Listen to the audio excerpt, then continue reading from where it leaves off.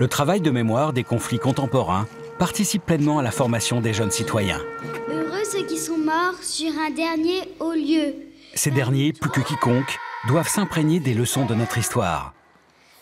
Aucune commémoration n'est anodine, et dans le contexte de la Seconde Guerre mondiale, certaines ont pu être assimilées à des actes de résistance passibles d'emprisonnement.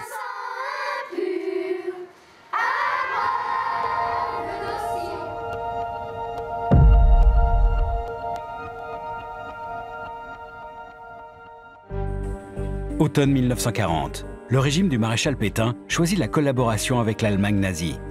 Paris occupé devient un lieu de plaisir pour les soldats allemands. Côté français, le ressentiment grandit devant l'occupation et l'humiliation de la défaite.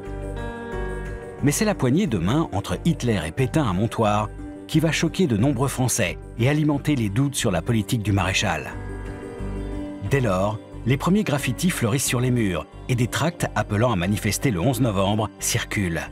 L'arrestation le 30 octobre du professeur Paul Langevin, éminent scientifique, fondateur en 1934 du comité de vigilance des intellectuels antifascistes, accroît encore le trouble dans les milieux universitaires.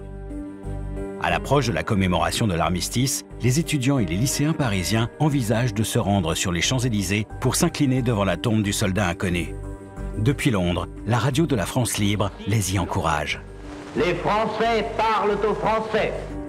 Conscient de cette colère sourde, le gouvernement de Vichy décide à titre préventif d'annuler le traditionnel jour férié du 11 novembre.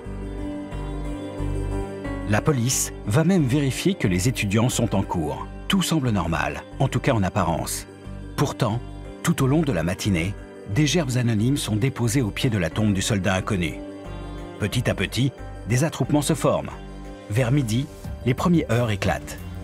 La police procède à l'arrestation d'une centaine de jeunes qui huent Pétain, Laval et Hitler. À 18 h, des milliers d'étudiants convergent vers les Champs-Élysées avec des bouquets de fleurs, des cocardes et des drapeaux. Ils narguent les soldats de la police militaire allemande en entonnant la Marseillaise. Il faudra le recours aux armes pour les évacuer. Les Allemands sont surpris. Ils ne comprennent pas encore qu'ils font face aux premiers actes collectifs de résistance. La manifestation et les heurts du 11 novembre 1940 confirment l'appel du 18 juin. Le refus de l'occupation n'existe pas qu'à Londres, mais aussi en France. Pétain avait rendu la France muette, clamera un manifestant. Nous, les lycéens, lui avons permis de retrouver la parole.